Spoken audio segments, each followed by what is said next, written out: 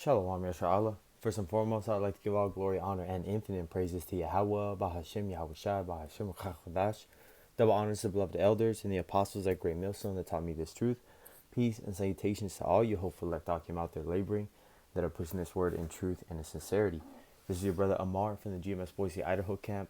And I'm doing this lesson, based on the spirit, just came on to me when I was just thinking about, the time of seasons that we're in, and the dates that we're getting close to, that these heathens and our people are going to celebrate, Thanksgiving. It just had me think about uh, uh, as bad as stealing a whole continent and enslaving, bringing disease, warfare, coming with the sword, extreme amounts of violence upon those that are undefensible, in the sense of, women, children, the elderly, those with diseases or whatever. And Esau capitalized on making Jake's life hell for the last hundreds of years, and ever since he set his crusty foot here on this land in 1492.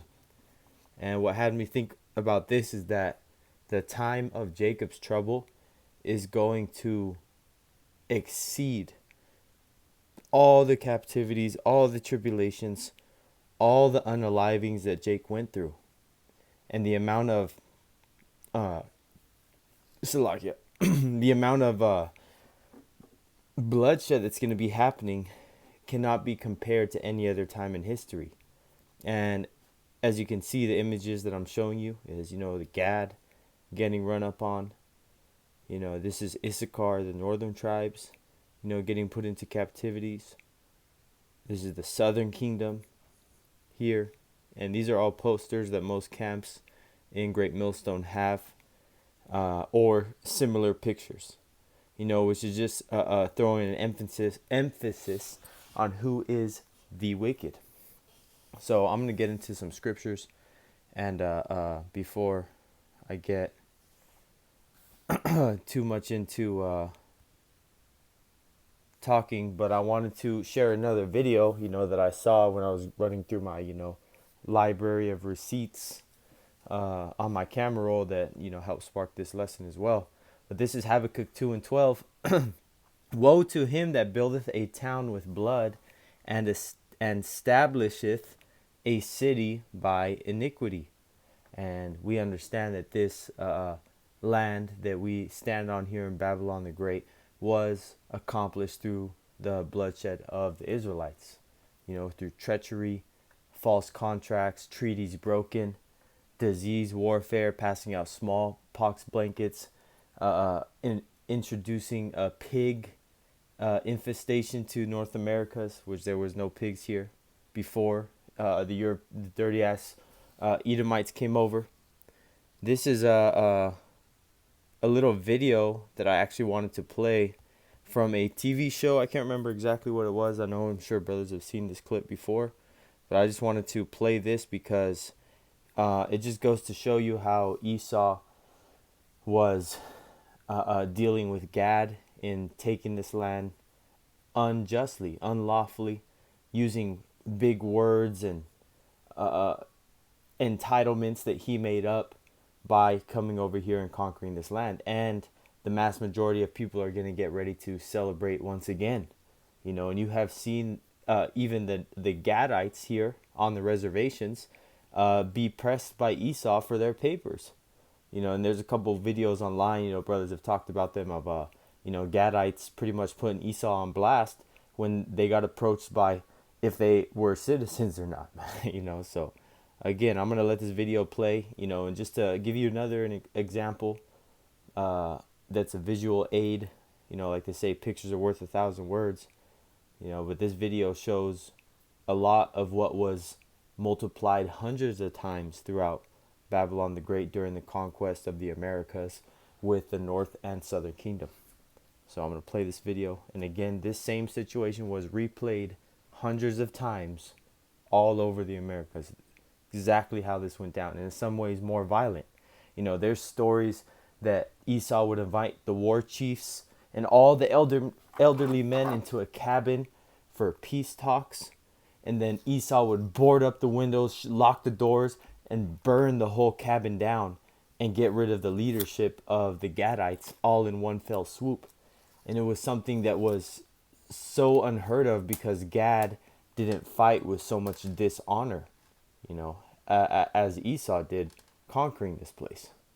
So I'm gonna again, Salakia, let this video play. You understand? I speak your language. Good. Well, Senator Crane has come here to offer your people a better way of life. Better than what? Better than what you have. I like what I have. I understand that. But your people live in the Stone Age. We live at the beginning of a great industrial revolution. The United States government is offering you a piece of land of your own. We have our own land. It's not yours. It's the U.S. government's. Did they buy it? No. Did they trade for it? It's not like that. Then how can they own it? If you accept our offer, you can depend on your country to take care of you. You are not my country.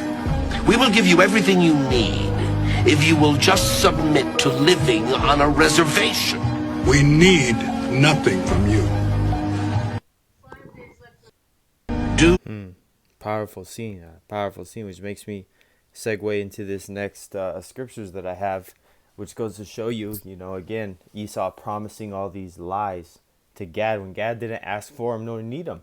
Man, if you know about the story of the pilgrims that first came over here, they needed the Gadites to survive the first winter, which it was the spirit that the Lord didn't just have them get rolled through, man, you know, by Gad. You know, everything's based on prophecy. It had to happen.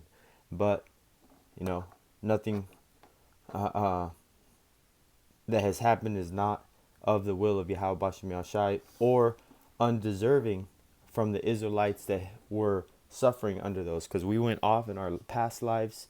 You know, Gad was out here running wild. Issachar was into idolatry. The northern kingdoms were into idolatry, just like they are to this day. You know, maybe not to the extent, but to the extent enough for that whole country to be taken away, their families ripped from them.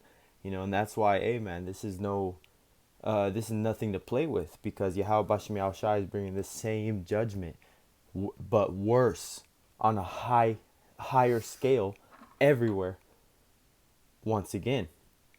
But this is Psalms 55:20. He hath put forth his hands against such as be at peace with him. He hath broken his covenant. You know, a word for covenant is, you know, going into contracts. Esau would make all these promises. Oh, we're not going to go past it.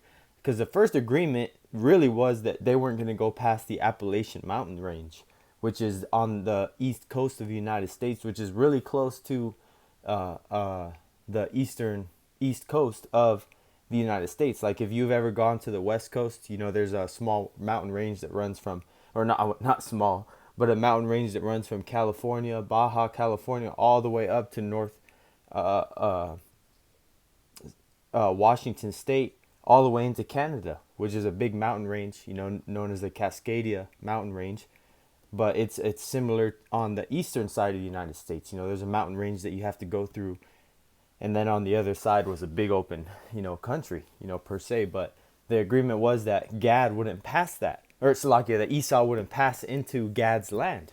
And then as you see, man, through the reservations and the expansion and the Indian Territory war treaties that got broken, with a 300, the longest lasting war of the United States government were the Indian Wars, is what they called them, which lasted more than 300 years. Because Gad was, man, it would, if only Gad knew, he would have rolled on them as soon as they were getting off those boats, man. You know, and they show you that scene at the end of Apocalypto. If any brothers have seen that, when it shows Esau coming up with the cross and the monk, not the monk, but the monk, fucking wearing a potato sack, you know, garment with their bald head, you know, walking with the staff with a crucifix on it. Man, they're coming with all that, and it shows that in that last scene, at the ending scene in the movie Apocalypto. You know, but again, back to this man has broken every covenant that he's ever made with the Israelites. And, you know, this man is the wicked, so it only makes sense. It says Psalms 55:21, the words of his mouth were smoother than butter, but war was in his heart. You know, you heard the Edomite talking about, we're the government's gonna take care of you. We'll feed you. You have your own land. You know, anything that you need, you can depend on your government to take care of you. All lies.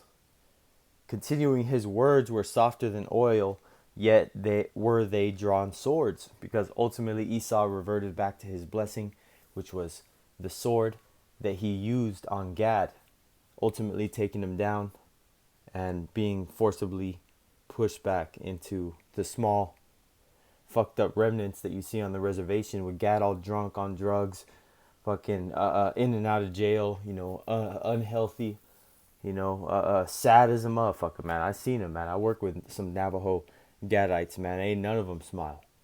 None of them smile. Man, Issachar smiles, man. But Gad, nah, Gad don't smile like that, man. They got a very serious spirit about them because, you know, to me, I always think to this day, you know, they're still in mourning by having to deal with the situations that they know they're living with on the reservations, knowing that they owned, you know, this whole Americas, you know, in the North Americas, you know, what we know as the continental United States. So, you know, I'm gonna get another scripture and then close it out here.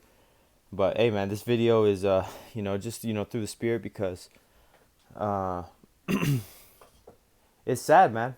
Especially when you see that you have people that you know this truth still go out and celebrate these festivities, honoring what was pretty much put upon our ancestors by the sword, man. This is not the time to be celebrating, especially everybody's gonna be all holly jolly because it's fucking Christmas time, man. It's played out. But this is Jeremiah 17:4, and thou even thyself shall discontinue from thine heritage that I gave thee, and I will cause thee to serve thine enemies in the land which thou knowest not.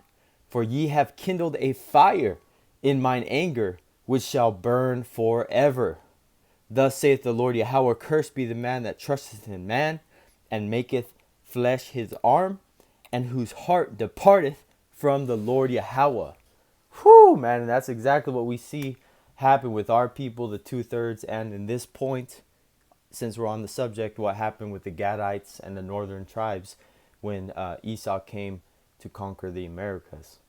You know, we discontinued from our heritage, our language. When the Southern Kingdom came over here, they still had the Hebrew language when the Southern Kingdom was coming over here on their slave ships, but it was beat out of them on the shores of Babylon the Great once they got off those ships, man. There was all that culture, that movie, Your Name is Toby, happened. So, hey, man, all tribes have been a participation to the max of the curses of Deuteronomy 28. And it's only until this last time that the Lord has endowed the Spirit unto the elect to be out there on the highways and byways prophesying and waking up our people. And the remnant shall return, the 1/3 here in Babylon the Great, the 144,000 elect wherever they may be in the world. Majority of the bulk of prophets are right here in Babylon the Great. But there's also the innumerable multitude of Israelites that are destined for salvation throughout the world that needs to hear and will hear this message. So Lord willing that this lesson was edifying unto the elect, the remnant of believers, those destined for salvation when Yahushua comes. Lord willing, it was edifying. Till next time, I would like to give all glory, honor, and infinite praises to Yahweh, Bahashim Yahushua, Bahashim Chachadash, and double honor to the beloved elders, the apostles at Great Millstone, as well as all you brothers out there pushing this truth on the highways and the byways, man, risking your lives and your freedom, especially in these last days, to do so. To you, I say keep pushing, keep persevering, because we're almost home. Till next time, Lord willing, Shalom.